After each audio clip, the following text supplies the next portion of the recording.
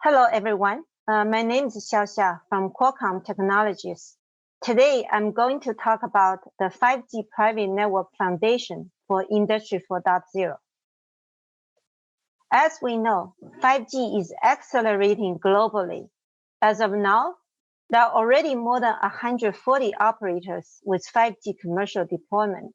And in addition, there will be more than 300 more operators actively investing in the 5G deployment. It is expected up to 2014, we will have more than 3.8 billion 5G smart devices to ship. If we look at a single year in 2022, it's expected more than 750 million smartphones to be shipped out. Actually, compare 5G with 4G, we can see that the 5G connections is much more faster compared to 4G. So by the year of 2023, there will be more than a billion 5G connections, and which is 2 years faster than 4G. The reason is that 5G is embracing multiple different vertical use cases compared to the 4G, and that's why its connection is penetrating much faster compared to the 4G. And also, there are more than 800 5G designs launched or in development across the world. Yeah, now let's take a look at the typical future industry, where we can see that there are lots of use cases and diverse requirements in the industry deployment. So if we look at the head-mounted display, we can see that the data rate is very high, up to gigabits per second. On the other hand, if we look at the massive IoT, right, for the process monitoring, we can see that the data rate is not very high. But do keep in mind that you have to support massive number of such IoT devices. And now when we zoom into this motion control in the industrial robot, we're talking very high reliability and low latency. So the latency can be as low as 1 millisecond, and then reliability can be as high as 6 nines. So all these diverse use cases and different requirements in the industry 4.0, so those will be addressed with the 5G design and specifications.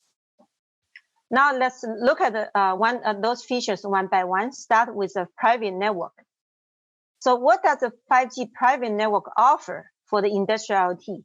So first of all, the private network allows us to deploy dedicated local network where we can use dedicated resources that allows us to manage the network independently.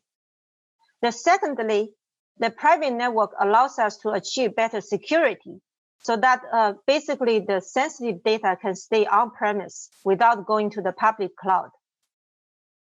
In addition, the private network allows us to have performance optimization for the target local applications. So for example, if we are looking for motion control in the industrial deployment, and we're looking for low latency and high QoS requirement in the 5G applications. So where we can deploy those techniques to achieve such a requirement.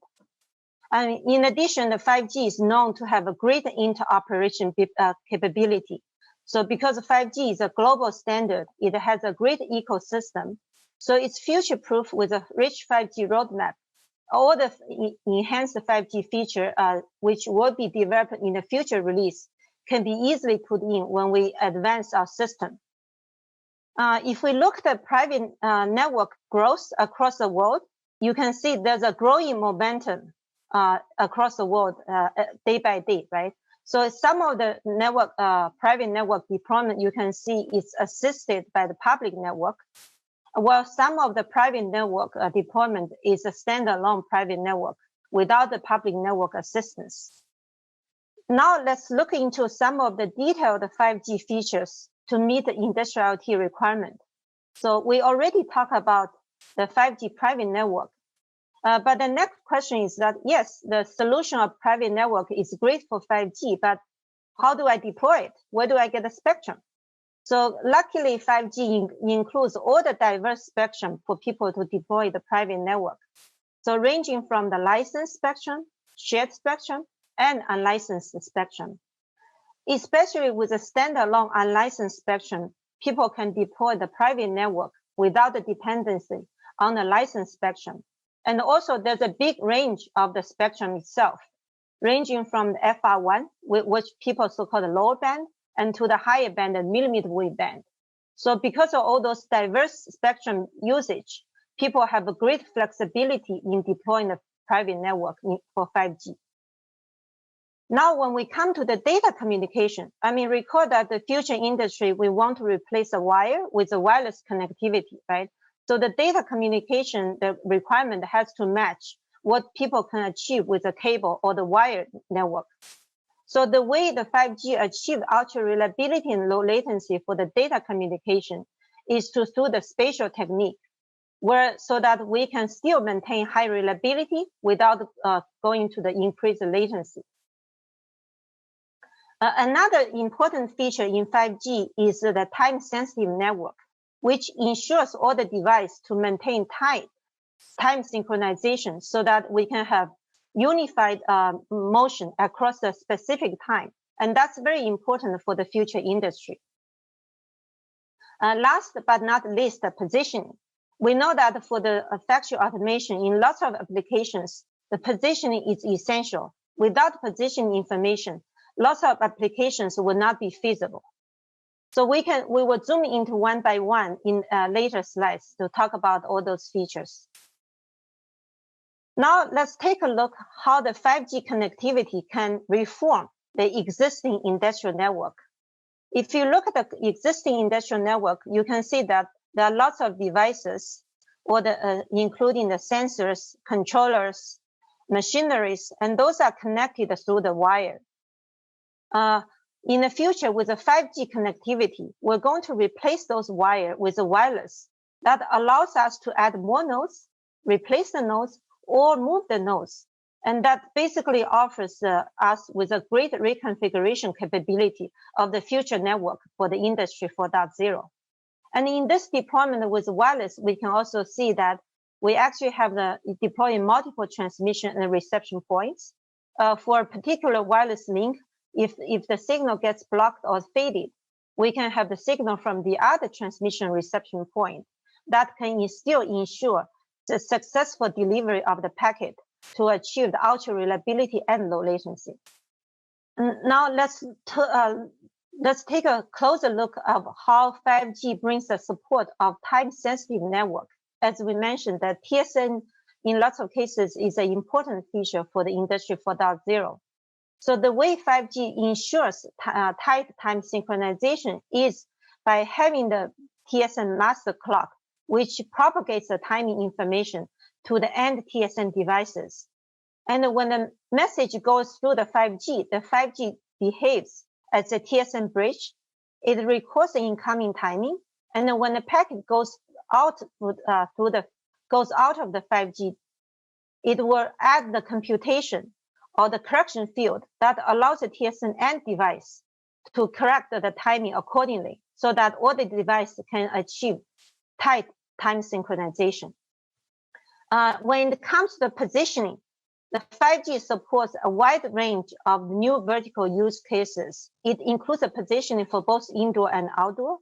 It also complements existing positioning technologies such as GNSS, Wi-Fi, Bluetooth sensors, along with the 5G positioning technology.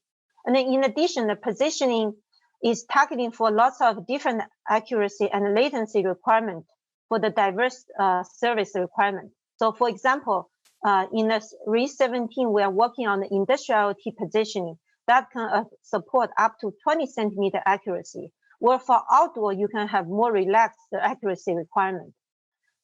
Now let's take a look at how 5G achieves ultra reliability and low latency through the spatial technique.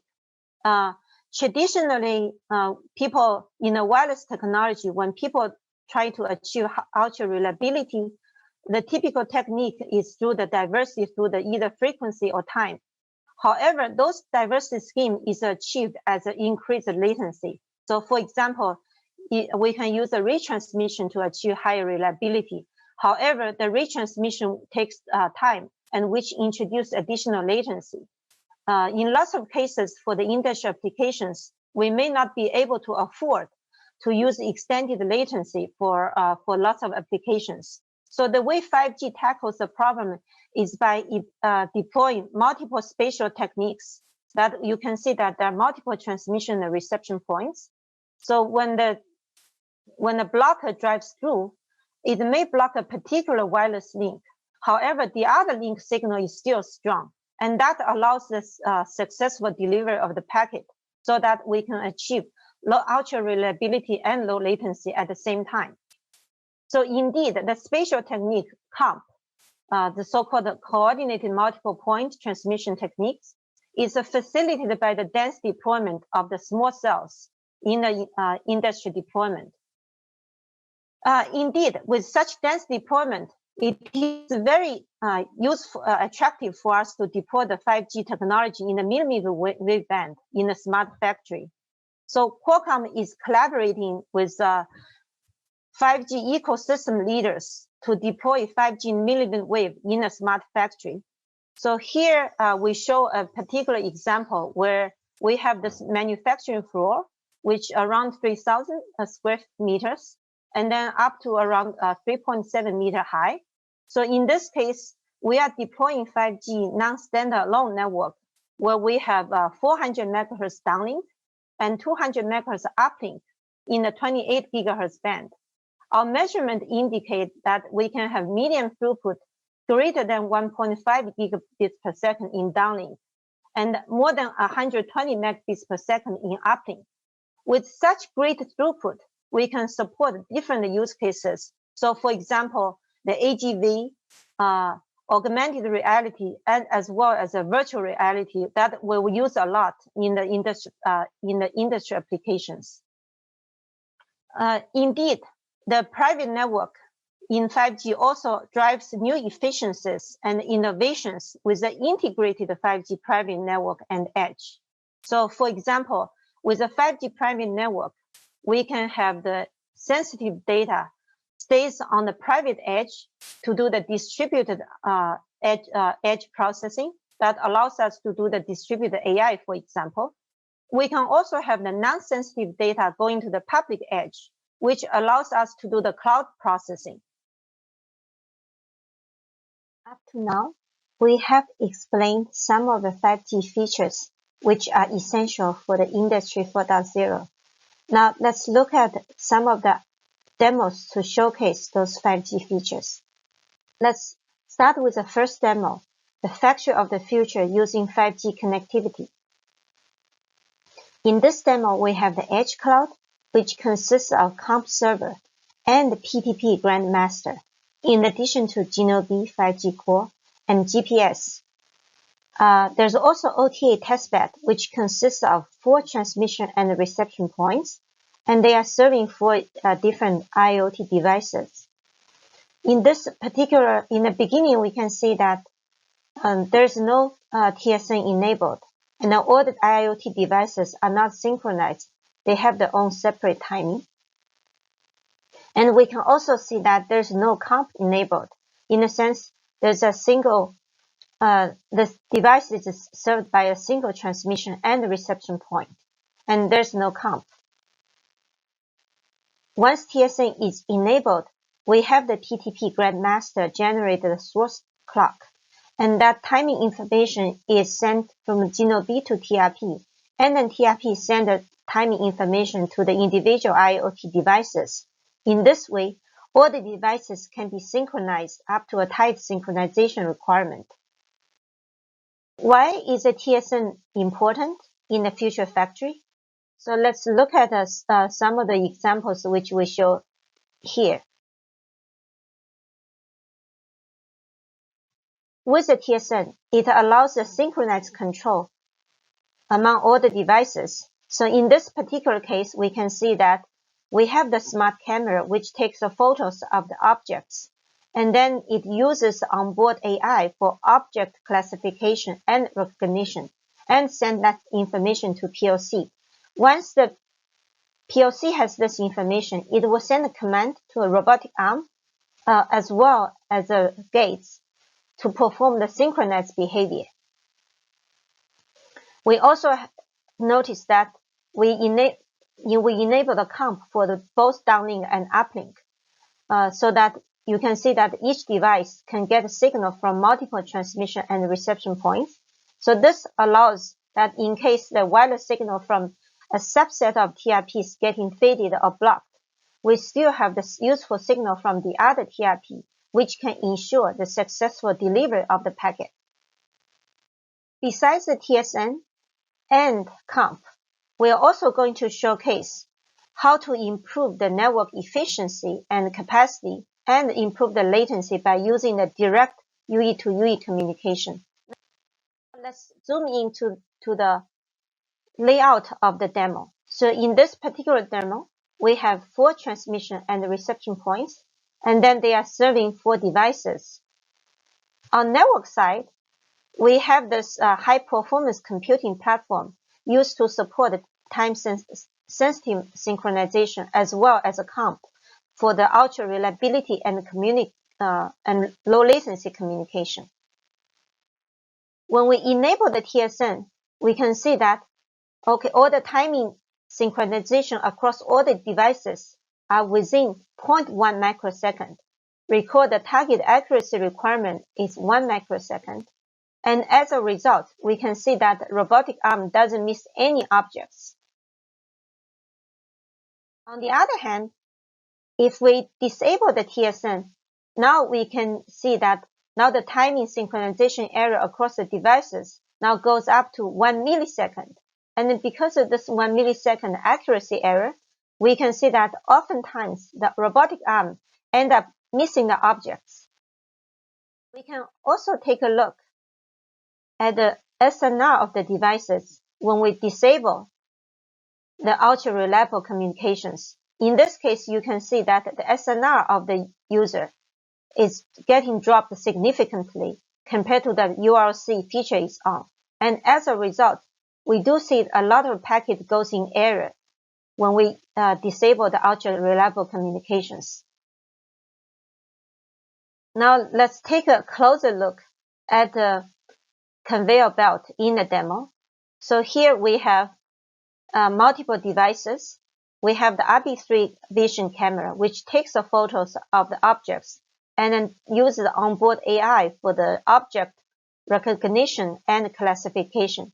And afterwards, it sends this information to the PLC. Then the PLC is going to send out a command to the robotic arm and gates to perform the synchronized behavior. Now let's take a closer look at the conveyor belt in the demo. So here we have multiple devices. We have the RB3 vision camera, which takes the photos of the objects and then uses the onboard AI for the object recognition and classification. And afterwards, it sends this information to the PLC. Then the PLC is going to send out a command to the robotic arm and gates to perform the synchronized behavior. Now let's zoom into how this demo behaves. So we can see that when we disable the TSN, it may miss the projects because of timing asynchronization across different objects.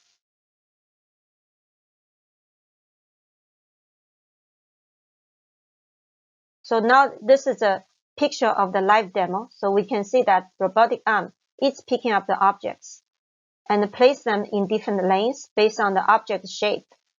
And then the gates open accordingly.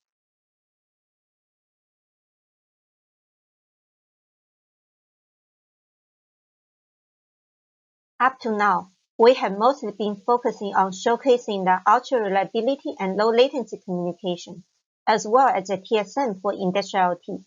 Those are the 5G features which are essential for the Industry 4.0.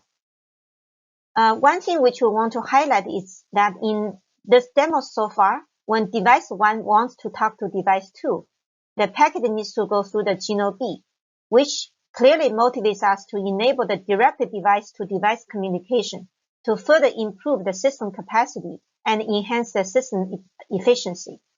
Now let's take a closer look on the side-link communication in the industrial IoT in the demo. Here we are also going to show the benefit of the side-link communications. As we mentioned before, without the side-link, when the two devices want to talk to each other, they have to send the information through the GNOB, and then GNOB sends the information to the other device. Here we can see that clearly this two-hop communication can be improved by enabling the UE to UE side-link communications. As a result, because we use one-hop transmission compared to the two-hop, we can see that we only need to use almost half of the resources so that we can achieve better network efficiency and capacity.